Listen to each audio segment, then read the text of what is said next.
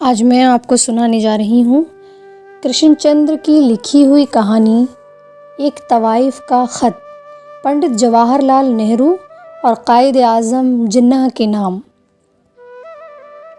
مجھے امید ہے کہ اس سے پہلے آپ کو کسی طوائف کا خط نہیں ملا ہوگا۔ یہ بھی امید کرتی ہوں کہ آج تک آپ نے میری اور اس قماش کی دوسری عورتوں کی صورت بھی نہیں دیکھی ہوگی۔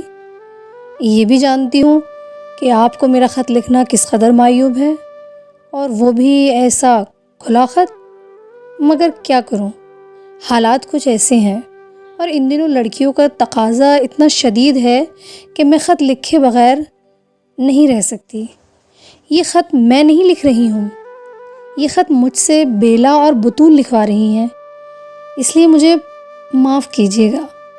ایک گری ہوئی عورت آپ کو اس بے باکی سے خط لکھ رہی ہے۔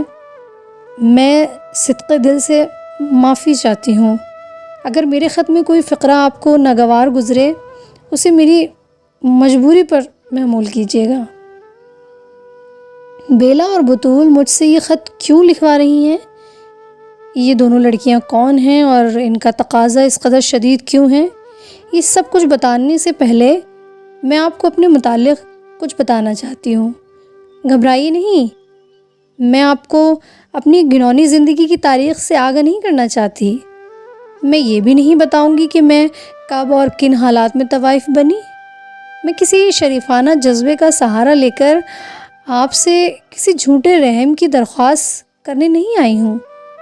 میں آپ کے درد مندوں کو پہچان کر اپنی صفائی یا جھوٹا افسانہ محبت نہیں کرنا چاہتی۔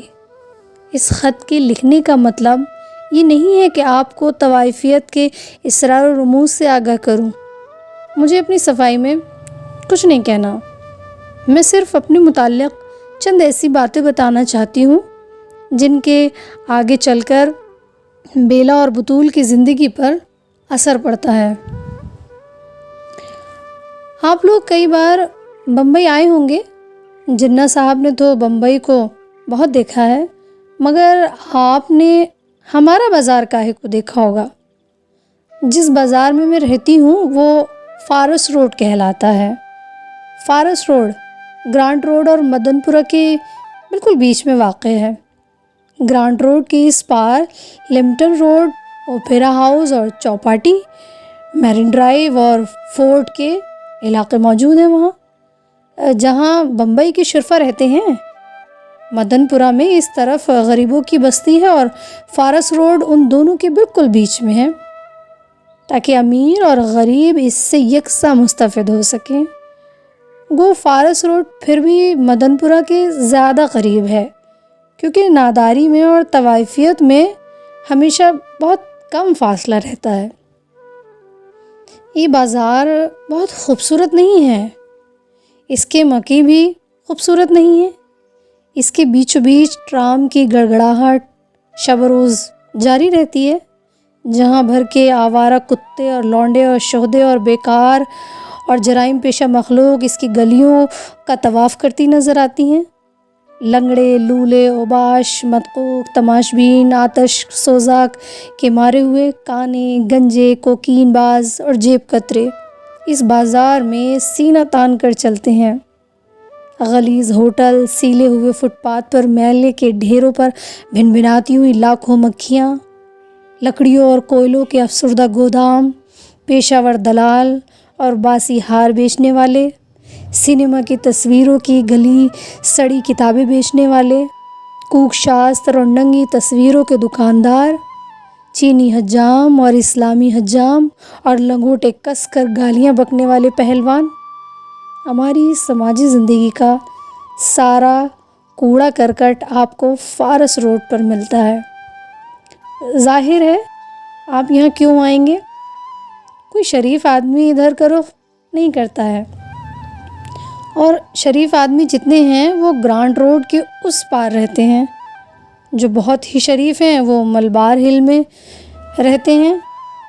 میں ایک بار جناح صاحب کی کوٹھی کے سامنے سے گزری تھی، اور وہاں میں نے جھک کر سلام بھی کیا تھا۔ بطول بھی اس وقت میرے ساتھ تھی۔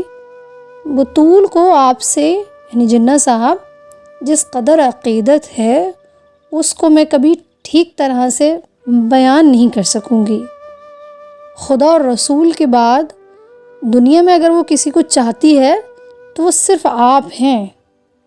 اس نے آپ کی تصویر لاکٹ میں لگا کر اپنے سینے سے لگا رکھی ہے، کسی بری نیت سے نہیں۔ بطول کی عمر ابھی 11 برس کی ہے، چھوٹی سی لڑکی ہی تو ہے۔ وہ فارس روڈ والے ابھی اس کے متعلق برے برے ارادے کر رہے ہیں، مگر خیر وہ پھر کبھی بتاؤں گی آپ کو۔ تو یہ ہے فارس روڈ جہاں میں رہتی ہوں۔ فارس روڈ کے مغربی سرے پر جہاں چینی حجام کی دکان ہے، اس کے قریب ایک اندھیری گلی کے موڑ پر میری دکان واقع ہے۔ لوگ تو اسے دکان نہیں کہتے، مگر خیر آپ دانا ہیں، آپ سے کیا چھپاؤں گی، یہی کہوں گی کہ وہاں پر میری دکان ہے، اور وہاں پر میں اس طرح بیوپار کرتی ہوں جس طرح بنیا سبزی والا، پھل والا، ہوٹل والا یا موٹر والا، سنیما والا، کپڑے والا یا کوئی اور دکاندار بیوپار کرتا ہے، اور ہر بیوپار میں گاہک کو خوش کرنے کے علاوہ اپنے فائدے کی بھی سوچتا ہے۔ میرا بیوپار بھی اسی طرح کا ہے۔ فرق صرف اتنا ہے کہ میں بلیک مارکیٹ نہیں کرتی، اور مجھ میں اور دوسرے بیوپاریوں میں کوئی اور فرق نہیں۔ یہ دکان اچھی جگہ پر واقع نہیں ہے، یہاں رات تو کجا دن کو بھی لوگ ٹھوکر کھا کے جاتے ہیں۔ اس اندھیری گلی میں لوگ اپنی جیبیں خالی کر کے جاتے ہیں، شراب پی کر قے کرتے ہیں، جہاں بھر کی گالیاں بکتے ہیں۔ یہاں بات بات پر چھرا زنی ہوتی ہے، دو ایک خون دوسرے تیسرے روز ہوتے رہتے ہیں۔ غرض یہ کہ ہر وقت جان ضیق میں رہتی ہے، اور پھر میں کوئی بہت اچھی طوائف نہیں ہوں کہ پون ہل پر جا کے رہوں یا ورلی پر سمندر کے کنارے ایک کوٹھی لے سکوں۔ میں ایک بہت ہی معمولی درجے کی طوائف ہوں، اور گو میں نے سارا ہندوستان دیکھا ہے اور گھاٹ گھاٹ کا پانی بھی پیا ہے، اور ہر طرح کے لوگوں کی صحبت میں بھی بیٹھی ہوں، لیکن اب 10 سال سے اسی شہر بمبئی میں ہوں، اسی فارس روڈ پر اسی دکان میں بیٹھی ہوئی ہوں، اور اب تو مجھے اس دکان کی پگڑی بھی 6000 روپے تک ملتی ہے۔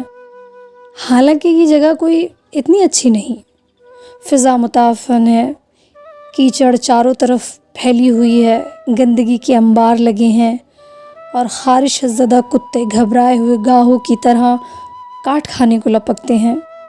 پھر بھی مجھے اس جگہ کی پگڑی 6000 روپے تک مل جاتی ہے۔ اس جگہ میری دکان ایک منزلہ مکان میں ہے، اس کے 2 کمرے ہیں۔ سامنے کا کمرہ میری بیٹھک ہے، یہاں میں گاتی ہوں، ناچتی ہوں، گاہکوں کو رجھاتی ہوں۔ پیچھے کا کمرہ باورچی خانے اور غسل خانے اور سونے کے کمرے کا کام دیتا ہے۔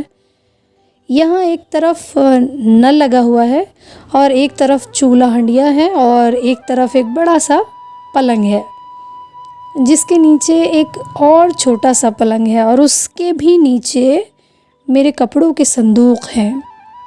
باہر والے کمرے میں بجلی کی روشنی ہے، لیکن اندر والے کمرے میں بالکل اندھیرا ہے۔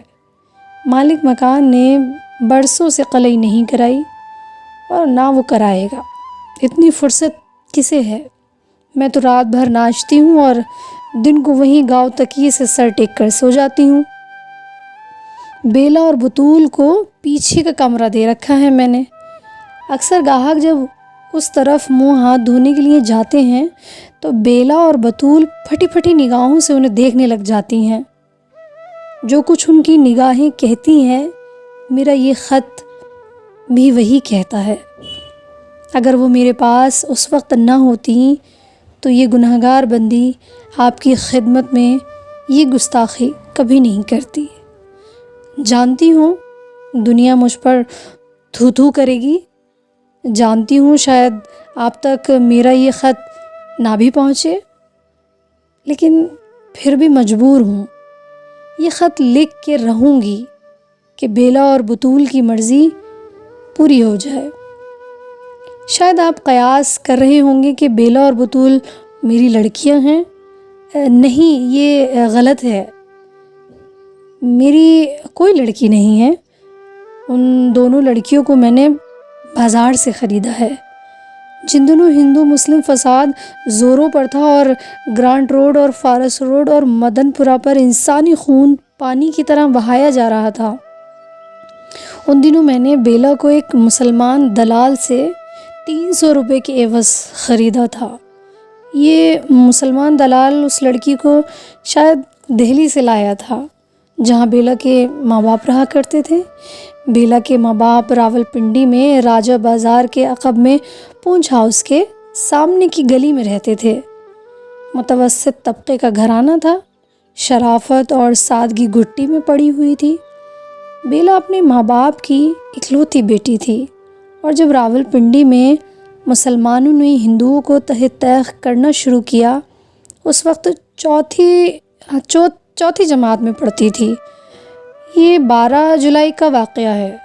بیلا اپنے اسکول سے پڑھ کر گھر آ رہی تھی کہ اس نے اپنے گھر کے سامنے اور دوسرے ہندوؤں کے گھروں کے سامنے ایک جمع غفیر دیکھا۔ یہ لوگ مسلح تھے اور گھروں کو آگ لگا رہے تھے، اور لوگوں کو اور ان کے بچوں کو اور ان کی عورتوں کو گھر سے باہر نکال کر قتل کر رہے تھے۔ ساتھ ساتھ اللہ اکبر کا نعرہ بھی بلند کرتے جاتے تھے۔ بیلا نے اپنی آنکھوں سے اپنے باپ کو قتل ہوتے ہوئے دیکھا، پھر اس نے اپنی آنکھوں سے اپنی ماں کو دم توڑتے ہوئے بھی دیکھا۔ وحشی مسلمانوں نے اس کے پستان کاٹ کے پھینک دیے تھے، وہ پستان جن سے ایک ماں، کوئی بھی ماں، ہندو ماں یا مسلمان ماں، عیسائی ماں یا یہودی ماں، اپنے بچے کو دودھ پلاتی ہے اور انسانوں کی زندگی میں، کائنات کی وسعت میں تخلیق کا ایک نیا باب کھولتی ہے۔ وہ دودھ بھرے پستان اللہ اکبر کے نعروں کے ساتھ کاٹ دیے گئے۔ کسی نے تخلیق کے ساتھ اتنا ظلم کیا تھا؟ کس ظالم اندھیرے نے ان کی روحوں میں یہ سیاہی بھر دی تھی؟ میں نے قرآن پڑھا ہے اور میں جانتی ہوں کہ راول پنڈی میں بیلا کے ماں باپ کے ساتھ جو کچھ ہوا وہ اسلام نہیں تھا، وہ انسانیت نہیں تھی، وہ دشمنی بھی نہیں تھی، وہ انتقام بھی نہ تھا۔ وہ ایک ایسی شقاوت، بے رحمی، بزدلی اور شیطانیت تھی جو تاریکی کے سینے سے پھوٹتی ہے اور نور کی آخری کرن کو بھی داغدار کر جاتی ہے۔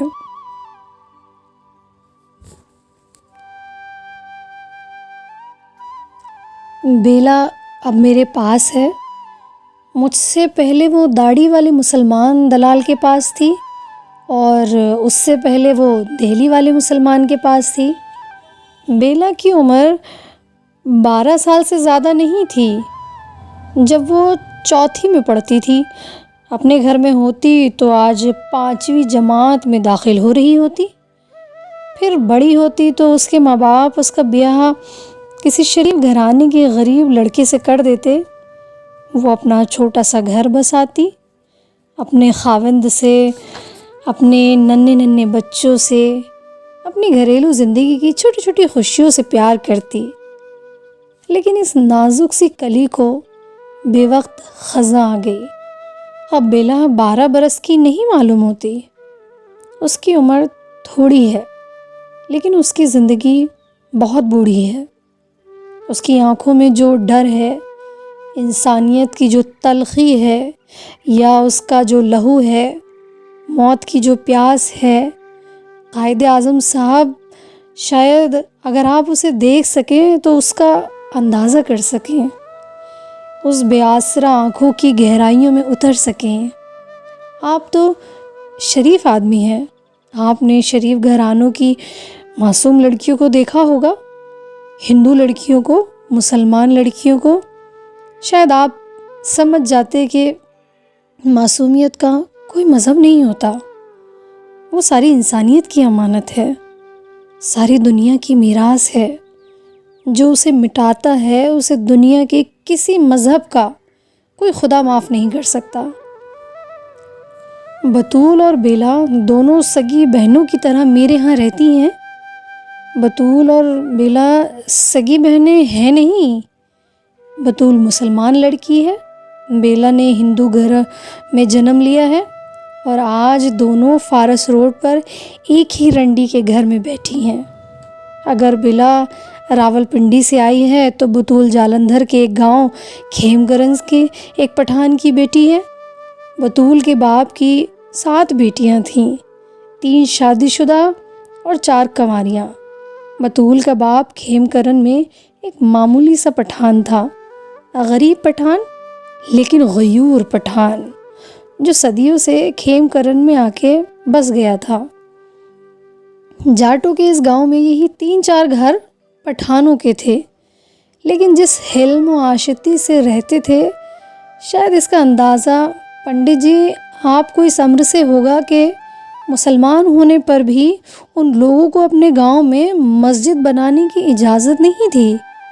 یہ لوگ گھر میں چپ چاپ اپنی نماز ادا کرتے. صدیوں سے جب سے مہاراجہ رنجیت سنگھ نے انان حکومت سنبھالی تھی، کسی مومن نے اس گاؤں میں اذان نہیں دی تھی. ان کا دل عرفان سے روشن تھا، لیکن دنیاوی مجبوریاں اس قدر شدید تھیں اور پھر رواداری کا خیال اس قدر غالب تھا کہ لب واں کرنے کی ہمت نہ ہوتی تھی. بطول اپنے ماں باپ کی چہیتی لڑکی تھی، ساتھ میں سب سے چھوٹی، سب سے پیاری، سب سے حسین. بطول اس قدر حسین ہے کہ ہاتھ لگانے سے میلی ہوتی ہے. پنڈت جی آپ تو خود کشمیری نسل ہیں اور فنکار ہو کر یہ بھی جانتے ہیں کہ خوبصورتی کسے کہتے ہیں. یہ خوبصورتی آج میری گندگی کے ڈھیر میں گڑمڑ ہو کر اس طرح پڑی ہے کہ اس کی پرکھ کرنے والا کوئی شریف آدمی اب مشکل سے ملے گا. اس گندگی میں گلے سڑے مارواڑی، گھنی مونچھوں والے ٹھیکیدار، ناپاک نگاہوں والے چور بازاری ہی نظر آتے ہیں. بطول بالکل ان پڑھ ہے. اس نے صرف جناح صاحب کا نام سنا تھا. پاکستان کو ایک اچھا تماشا سمجھ کر اس نے نعرے لگائے تھے، جسے 3-4 برس کے ننھے بچے گھر میں انقلاب زندہ باد کرتے پھرتے ہیں. 11 برس ہی کی تو ہے وہ. ان پڑھ بطول وہ چند دن ہی ہوئے میرے پاس آئی ہے. ایک ہندو دلال اسے میرے پاس لایا تھا. میں نے اسے 500 روپے میں خریدا ہے. اس سے پہلے وہ کہاں تھی یہ میں نہیں کہہ سکتی. ہاں، لیڈی ڈاکٹر نے مجھ سے بہت کچھ کہا ہے کہ اگر آپ سن لیں تو شاید پاگل ہو جائیں. بطول بھی اب نیم پاگل ہے. اس کے باپ کو جاٹوں نے اس بے دردی سے مارا ہے کہ ہندو تہذیب کے پچھلے 6000 برس کے چھلکے اتر گئے ہیں اور انسانی بربریت اپنے وحشی ننگے روپ میں سب کے سامنے آ گئی ہے. پہلے تو جاٹوں نے اس کی آنکھیں نکالی، پھر اس کے منہ میں پیشاب کیا، پھر اس کے حلق کو چیر کے اس کی آنتیں تک نکال ڈالیں، پھر اس کی شادی شدہ بیٹیوں سے زبردستی منہ کالا کیا. اسی وقت ان کے باپ کی لاش کے سامنے ریحانہ، گل، درخشاں، مرجانہ، سوسن، بیگم، ایک ایک کر کے وحشی انسان نے اپنے مندر کی عورتوں کو ناپاک کیا. جس نے انہیں زندگی عطا کی، جس نے انہیں لوریاں سنائی تھیں، جس نے ان کے سامنے شرم اور عجز سے اور پاکیزگی سے سر جھکایا تھا، ان تمام بہنوں اور بہوؤں اور ماؤں کے ساتھ زنا کیا. ہندو دھرم نے اپنی عزت کھو دی تھی، اپنی رواداری تباہ کر دی تھی، اپنی عظمت مٹا ڈالی تھی. آج رگ وید کا ہر منتر خاموش تھا. آج گرنتھ صاحب کا ہر دوہا شرمندہ تھا. آج گیتا کا ہر شلوک زخمی تھا. کون ہے جو میرے سامنے اجنتا کی مصوری کا نام لے سکتا ہے، اشوک کے کتبے سنا سکتا ہے، ایلورا کے صنم زادوں کے گن گا سکتا ہے، بطول کے بے بس بھیچے ہوئے ہونٹوں، اس کی باہوں پر وحشی درندوں کے دانتوں کے نشان اور اس کی بھری ہوئی ٹانگوں کی ناہمواری میں تمہاری جنتا کی موت ہے، تمہارے ایلورا کا جنازہ ہے، تمہاری تہذیب کا کفن ہے۔ آؤ آؤ میں تمہیں اس خوبصورتی کو دکھاؤں جو کبھی بطول میں تھی، اس متعفن لاش کو دکھاؤں جو آج بطول ہے۔ جذبے کی راہ میں بہہ کر میں بہت کچھ کہہ گئی، شاید یہ سب کچھ مجھے کہنا نہیں چاہیے تھا، شاید اس میں آپ کی سبکی ہے، شاید اس سے زیادہ ناگوار باتیں آپ سے اب تک کسی نے نہ کہی ہوں، نہ سنائی ہوں گی، شاید یہ سب کچھ نہیں کر سکتے، بلکہ شاید تھوڑا بہت نہیں پھر بھی ہمارے ملک میں آزادی آ گئی، ہندوستان میں اور پاکستان میں، اور شاید ایک طوائف کو بھی اپنے رہنماؤں سے پوچھنے کا یہ حق ضرور ہے کہ اب بیلا اور بطول کا کیا ہوگا۔ بیلا اور بطول دو قومیں ہیں، دو تہذیبیں ہیں، دو مندر اور مسجد ہیں۔ بیلا اور بطول آج کل فارس روڈ میں ایک رنڈی کے ہاں رہتی ہیں جو چینی حجام کی بغل میں اپنی دکان کا دھندا چلاتی ہے۔ بیلا اور بطول کو یہ دھندا پسند نہیں ہے، میں نے انہیں خریدا ہے، میں چاہوں تو ان سے یہ کام لے سکتی ہوں، لیکن میں سوچتی ہوں کہ یہ کام نہیں کروں گی جو راولپنڈی اور جالندھر نے ان سے کیا ہے۔ میں نے انہیں اب تک دنیا کو فارس روڈ کی دنیا سے الگ تھلگ رکھا ہے، پھر بھی جب میرے گاہک پچھلے کمرے میں جا کر اپنا منہ ہاتھ دھونے لگتے ہیں، اس وقت بیلا اور بطول کی نگاہیں مجھ سے کچھ کہنے لگتی ہیں۔ مجھے ان نگاہوں کی تاب نہیں، میں ٹھیک طرح ان کی سند بھی آپ تک نہیں پہنچا سکتی۔ آپ کیوں نہ خود ان نگاہوں کا پیغام پڑھ لیں؟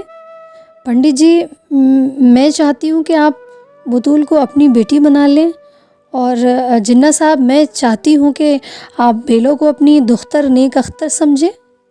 ذرا ایک دفعہ انہیں فارس روڈ کے چنگل سے چھڑا کے اپنے گھروں میں رکھیے اور ان لاکھوں روحوں کا نوحہ سنیے، یہ نوحہ جو نواکھائی سے راولپنڈی تک اور بھرت پور سے بمبئی تک گونج رہا ہے۔ کیا صرف گورنمنٹ ہاؤس میں اس کی آواز سنائی نہیں دیتی؟ یہ آواز سنیں گے آپ کی مخلص فارس روڈ کی ایک طوائف۔